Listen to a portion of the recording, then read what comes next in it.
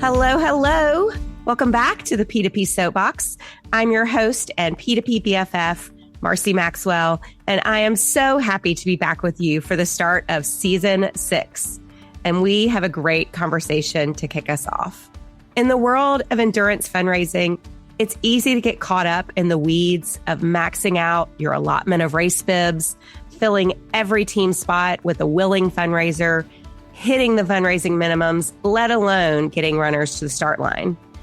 But what if we looked at it a little bit differently? What if every runner wasn't just a participant at the beginning of a long-term transformational relationship? Because as we often discuss on this podcast, when we shift from transactions to relationships, everything changes. How we recruit, how we coach, how we show up along the journey, and ultimately how people stay connected to our mission long after they cross the finish line. Today, I'm joined by Kelly Lamb, Director of Development at the Christopher and Dana Reeve Foundation. The Reeve Foundation is dedicated to curing spinal cord injury through groundbreaking research and improving quality of life for individuals and families living with paralysis. Kelly leads Team Reeve, their endurance program that's raised more than $12 million since 2005 and brought together over 1,500 runners, each carrying powerful personal stories and a deep connection to the cause.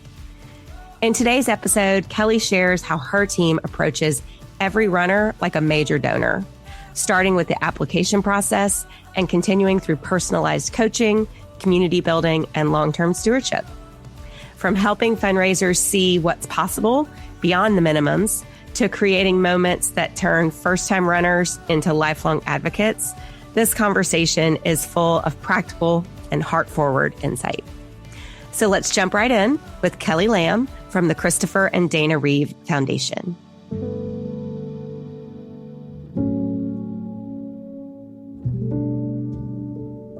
Kelly, welcome to the P2P Soap Box. So happy to have you. Thank you so much for having me, Marcie.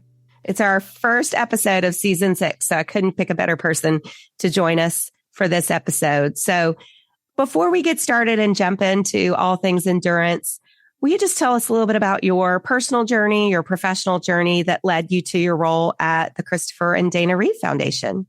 Sure, I'd love to. So I started as a marathon fundraiser in 2014 for the New York City Marathon with Team Reeve, which is the Christopher and Dana Reeve Foundation's endurance arm of their organization. I had a close personal connection to spinal cord injury and really was just looking for community and decided I was going to run a marathon, even though I was not a runner. I'd never run a 5K before I signed up for that first race. And the rest was kind of history. I ended up doing 6 marathons in 5 years with the Reeve Foundation. I fell in love with the organization, and it was just so impactful to see what they were doing with the funds in real time towards their research programs, but also their resource programs. And I just really fell in love with fundraising too. It was not anything I ever thought I would do. And I was really fortunate that in 2019, when this position opened up with Team Reeve, they called me, and I've been there ever since, building out our endurance programs, which have grown significantly, and really just fortunate to be able to support our disability community in general. So you joined us at our conference back in February, and one of the kind of your thesis statement for your presentation was talking about how peer-to-peer fundraisers should be treated more like major donors. And I completely agree. I often like to say the term major gatherers, but tell me a little bit about, when organizations really embrace that mindset, what changes about how they recruit, how they support, how they really steward their fundraisers? Sure. So I have to credit one of my former chief development officers. She told me, you have to look at these fundraisers like a portfolio of major donors. And that really shifted my thinking.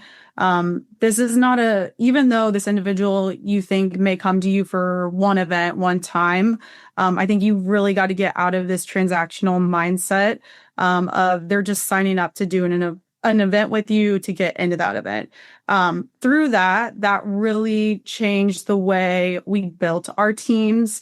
Obviously, we put in an application process that was really thorough. We had an online form, and we asked a lot of questions. You know, I think some people with online forums, they think brevity is the way to go. I completely disagree. I think, especially these world major marathon programs are so popular, and it warrants that extra touch of vetting, and making sure you're building out a really enthusiastic team from the get-go. So we put in great questions, you know, even asking people what they do for work, where they work, because not only could that potentially open an opportunity in the future, say like, hey, we need an in with this company. Really, I liked it because I could see where other team members, if they overlapped at the same company and they didn't know each other, and I could make those internal connections for them to build more camaraderie. As well as, you know, we asked what their capacity to fundraise is. This question is never a like non-starter for me. If someone just tells me they think the minimum, or you know, not far over the minimum, or even I have some people that don't state the minimum. I think that is important because it still gives me an opportunity to go into that first phone interview with them and say, you know, do you have apprehension about fundraising, and what is it? More times than not, they don't. They just really need help with how to build their story. And so really putting in a strong application and then a phone interview. I think too, the feedback I've gotten from our athletes is that they appreciated that. They liked that we were not approving athletes just on a first come, first serve basis. They liked the fact that, oh, you guys are actually considering who you're putting on this team. So it goes both ways. And I understand, you know, obviously, depending on the event, depending on the organization, you may not have the capacity to individually vet every single person. But I still think, you know, you can do it through email, or, you know, make sure you set up those touch points after. And then from there, the relationship really grows. So we, like a major gift donor that you're trying to steward, you know, that's a long-term relationship. A lot of people go into that relationship knowing like, okay, it's going to take 3 years before we actually secure this gift. So what can you do to make sure that people know you actually care? And I think it's just really small human touch points. If I know I have an athlete, if their daughter's birthday is coming up, I put it on my calendar and I send them, hey, I just wanted to wish your daughter happy birthday. If I know that they have a race to prepare for the lead up to the marathon, they're doing like a smaller half marathon, I make sure I put that on my calendar the next day to check in with them, like, hey, how'd the race go? These things really do move the needle. I might be more rare in this. I give my athletes unfiltered access to me. So if they want to text me on the weekends, I always tell them, you know, like if I don't respond or if I miss it, just give me a nudge.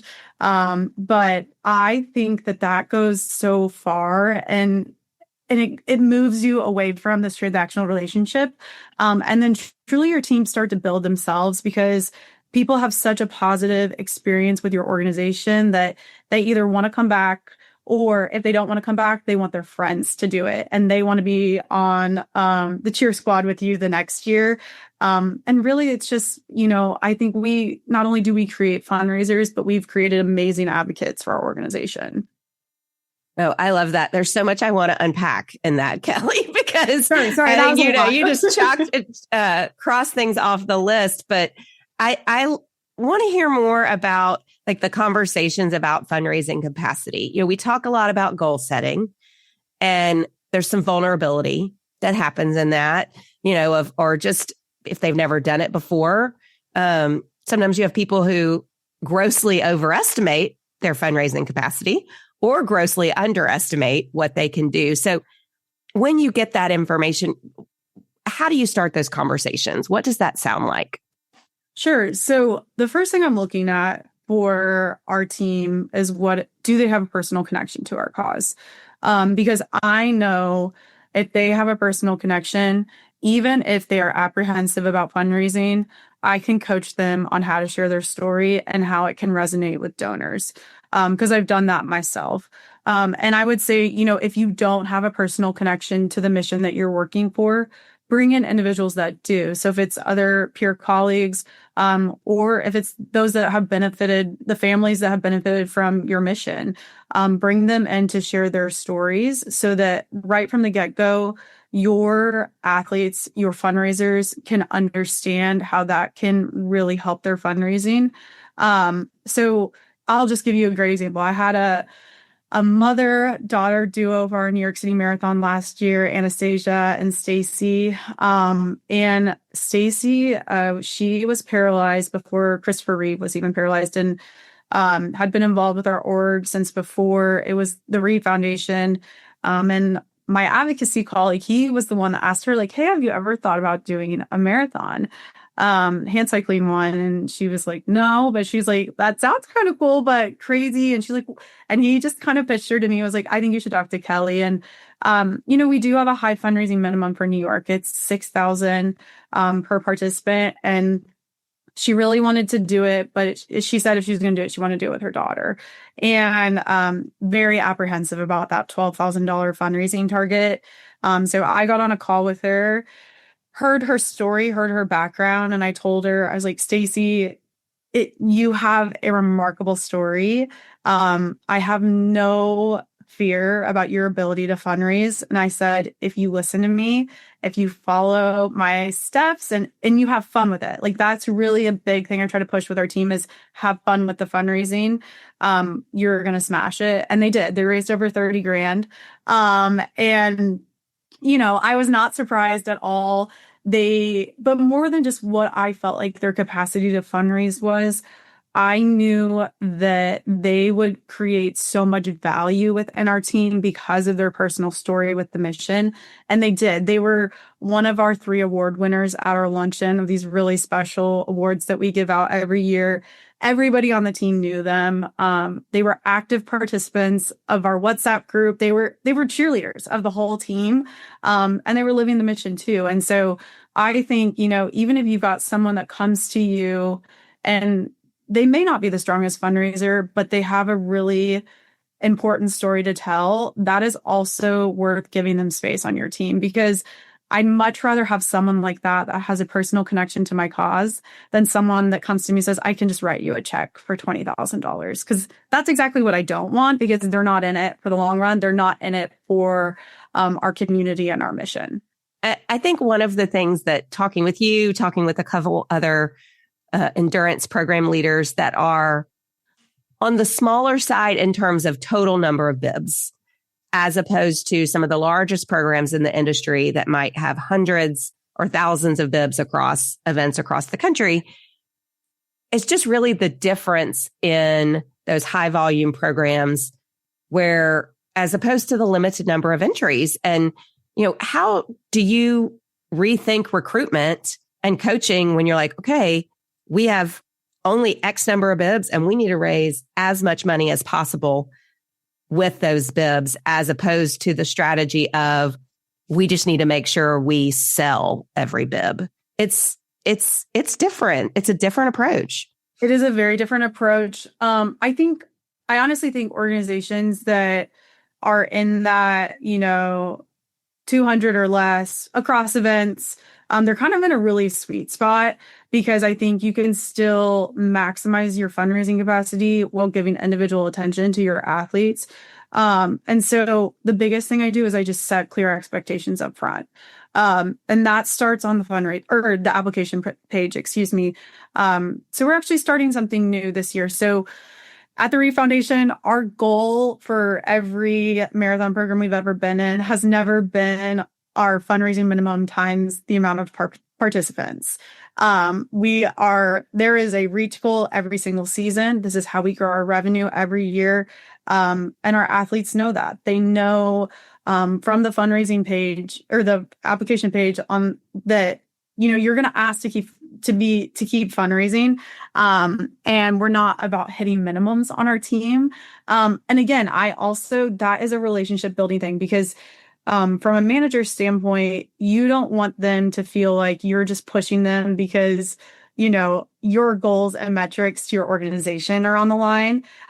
It's really important to share what raising that amount of funds does in terms of, does it point towards new research grants that can be awarded? Does it point towards new resource programs that can be implemented? And what is the tangible impact on the community that you're serving? So as I was about to mention, we're trying a new strategy this year on the fundraising side. So for every major program that we're doing, they have a fundraising minimum. So New York is 6,000. I state on the fundraising application, when you create your fundraising page, it's going to say 7,000. You're not required to hit that, but that is to encourage more donations up front. It's also to encourage you to keep fundraising past your goal. We, of course, tell them, we really would like you to set it at 10,000 or higher. And again, that's to let them know, like, you are capable of doing more than the minimum. I think this is really a psychological technique too when it comes to fundraising. I've seen this in my own fundraising. The higher I start my goal, the more generous my donors are from the get-go.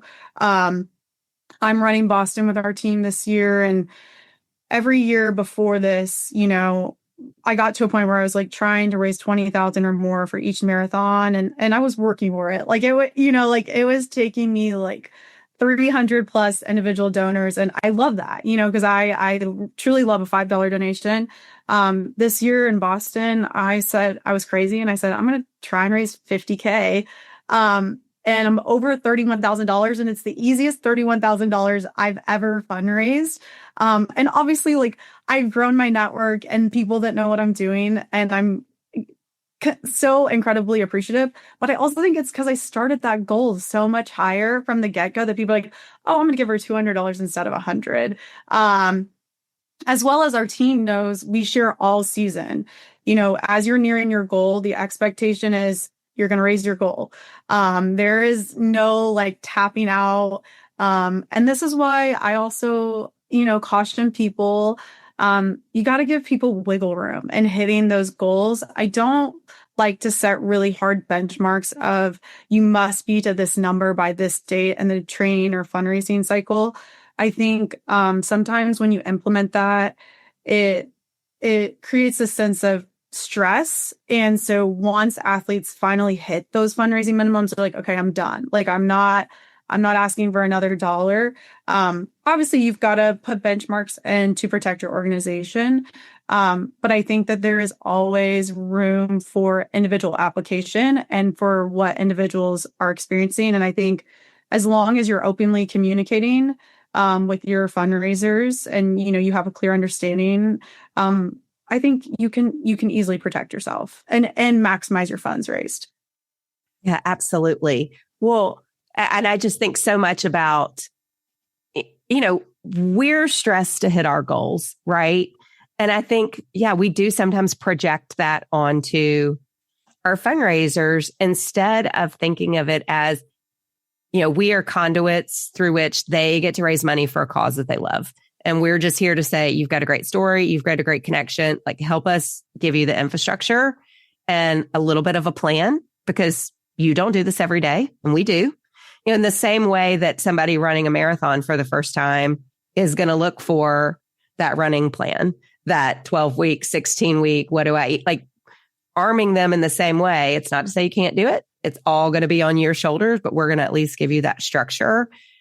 I think it's not the stress, it's the, how do we make this fun for you? How do we bring some joy into this? I used to, and I would, times when I would fundraise back in the day, and I feel like this really dates me, but it's like you'd get a donation and it was like when AOL would say, you've got mail, and you're like, I got another donation. And how do we feed that joy of like, this is really fun when you get that notification that you've hit a goal or you've just got 5 more gifts.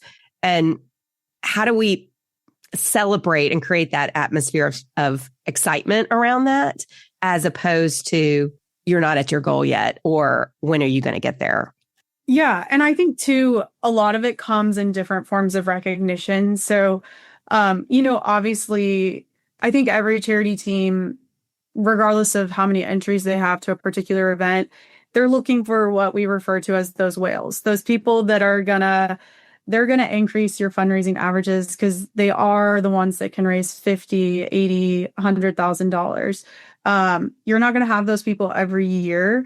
And so I don't ever want the emphasis on my team to just be highlighting those high donation fundraisers, I make sure, we hit a certain point in the season. Usually when we start the 18-week training cycle, our athletes, they get an email every single Monday.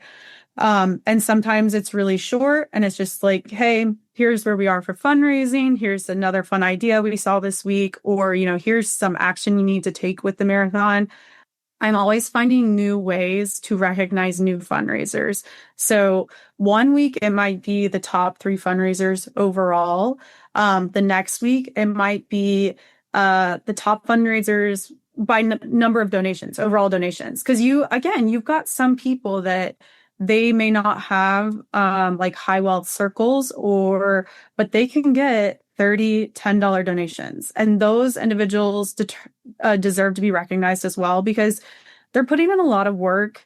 And again, I think peer-to-peer is so fun and so cool because not only is it an amazing fundraising vehicle, but I think you have to look at it in tandem as an advocacy vehicle for your organization because peer-to-peer fundraising is about supporting someone that you care about.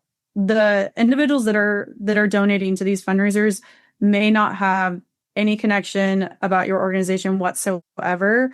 But if you create that passion, commitment, camaraderie with your athletes, that is going to extend to their network. They're going to do their race recap. They're going to talk about like what a transformational experience this was for them. And then they're going to be stewards of your organization, even if they never do another fundraising event again. And so for us, that's always so critical because at the end of the day, we're trying to help individuals with any mobility impairment through our resource programs. We're trying to make their lives easier and less burdensome. And the more people that know about our cause that can bring those individuals to us, the greater reach we can have. So you talked about how you have 200-ish Bibs around the country. That also means your participants and your runners are all over the country. And so, yeah, it seems like you've really built like a strong sense of connection and mutual support. What's been your most effective strategy in creating that camaraderie, even when, they're not in the same place? They're not training together every weekend. Yeah. 2 big things. So we started a Zoom series on our team. So if it's a fall marathon, we kick off in April and we bring both of our teams together. So Chicago and New York. And we do that first Zoom kickoff is heavy on rah, like you're doing this. It's going to be so fun. And really focused on initial fundraising strategy, giving them all those really strong initial tips and tricks. And of course, we're going to continue to feed that throughout the rest of the season, as well as on base training for a marathon. So anyone that doesn't already have that 3 to 5 mile base, how we build that going into the start of the June and July training seasons. And then we continue those meetings at least once a month for the rest of the season.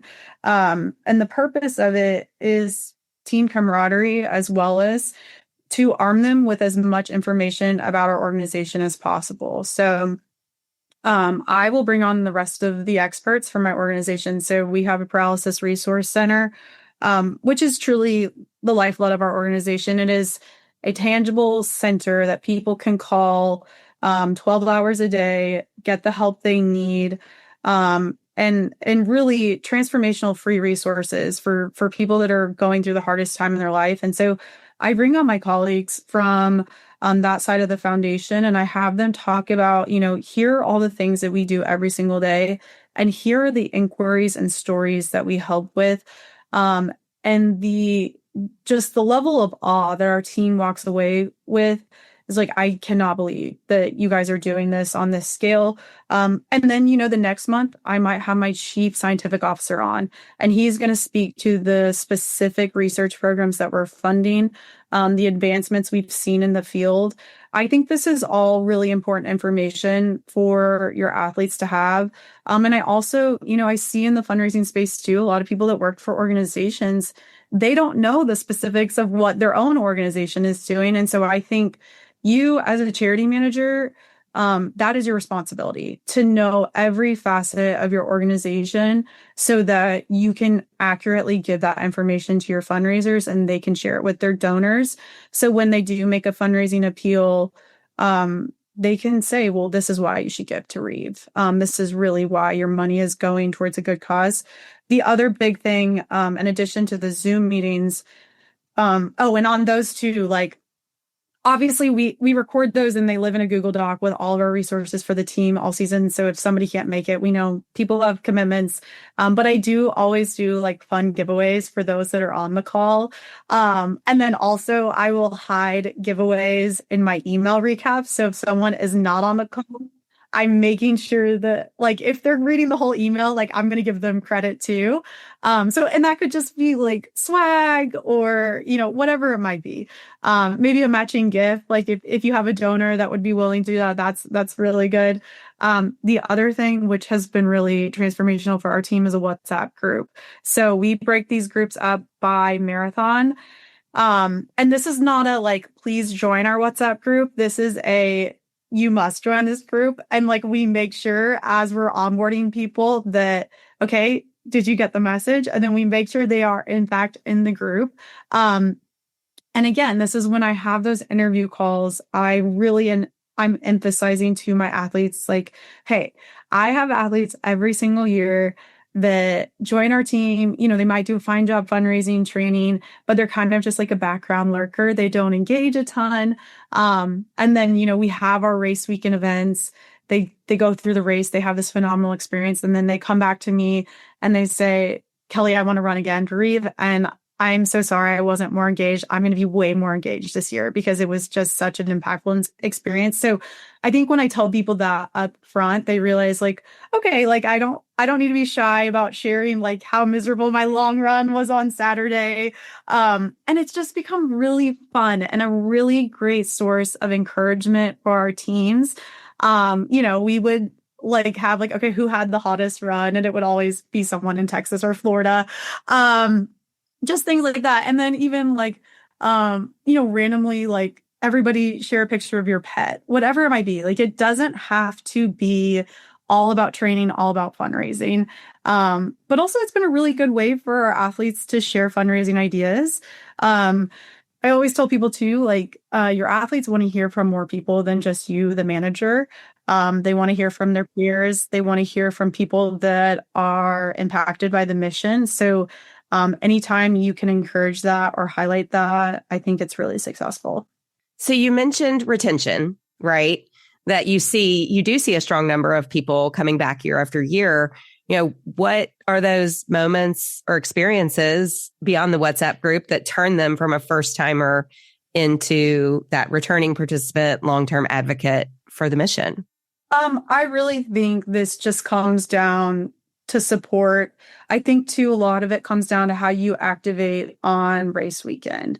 So this is something we are very passionate about. I tell all of our athletes, we are feral spectators on the course, and I don't think that they really get that until they get to race weekend. It's a great way to think about it. Yeah. So we have a lot of fun. I mean, I tell people, like, I truly feel so blessed that this is my job because it's so fun. The people I get to work with are incredible humans.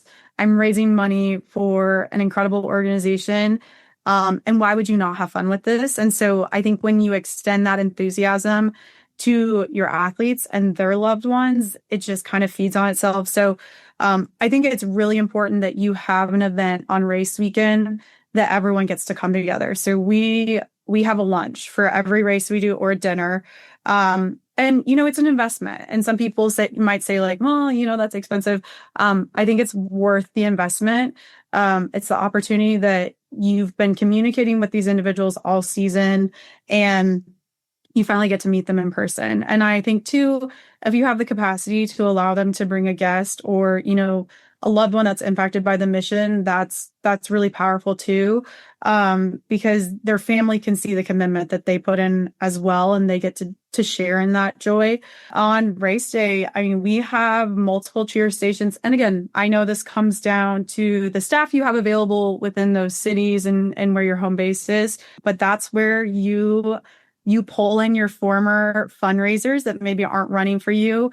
You pull in their corporations. You say like, hey, I'm not looking for a check, but do you want to do like an employee engagement event around the marathon? Do you want to come be part of our cheer squad? And we just have a blast. We have cowbells and signs, and I take snacks out there for everyone. And it's not just for our athletes, it's for all the runners. We and hand cyclists and push from athletes. It's, we take BioFreeze and licorice and we play music and we just stay out there all day to celebrate them. And you would not believe like the impact that a confetti cannon can have on someone mid-race. And I hear it every year. They say, like I was dying and then I saw you and it just gave me a whole new win. And they just remember it. They remember those moments. They look forward to seeing you, and their families do too. The number of individuals that we've had come spectate with us as part of our cheer squad, and then as soon as it's over, they're like, okay, I'm running. I've had it with my own colleagues. Every year in New York City, someone on our staff that's spectating for the first time was like, okay, I'm running next year.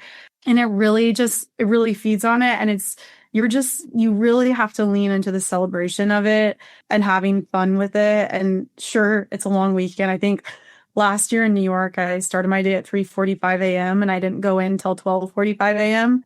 And I didn't want the day to end. Like I was having the time of my life. And I think when you lead with that level of enthusiasm, it's contagious towards your team. I always feel like if you don't leave a marathon cheer station without like bloody knuckles from the cowbell cutting into your fingers, then like you did not cheer hard enough. Exactly. For those runners. And we were spectating this week in the NYC half. And I think, all of the other athletes too, it extends beyond your team, like just being out there for everyone that's participating in this event, staying out there, dancing, cheering for them. It means so much to them, especially those back-a-pack athletes. Like they deserve the cheers and the spectators just as much as the front.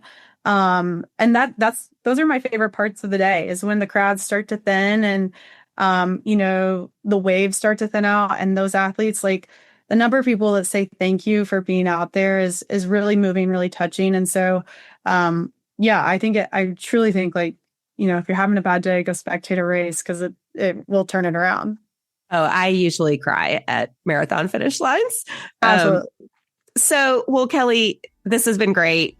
And if there are people that are listening that are like, I want to get involved, I want to join Team Reeve, I want to join a Team Reeve cheer station, or just get involved with the Christopher and Dana Reeve Foundation, where can we send them? Sure. So you can just go to christopherreeve.org/events, or you can reach out to me directly. My email is klamb, LAMB, @reeve.org. And we'd love to hear from you and how you want to get involved. But yeah, thank you again, Marcie, for having me. Yes. And I think you should also send me your fundraising link for the Boston Marathon, because you never know how our peer-to-peer community might step up and say thank you for joining us for the podcast and help you. So, thank you so much, and best of luck in Boston. Thank you. I'm ready for the training season to be over. The P2P Soap Box is produced in partnership with True Story FM. Engineering by Pete Wright. Music this week is by Super Neato. If your podcast app allows ratings and reviews, we hope you'll consider doing just that for our show. But the best thing you can do to support the P2P Soap Box is simply to share the show with a friend or colleague. Thank you for listening.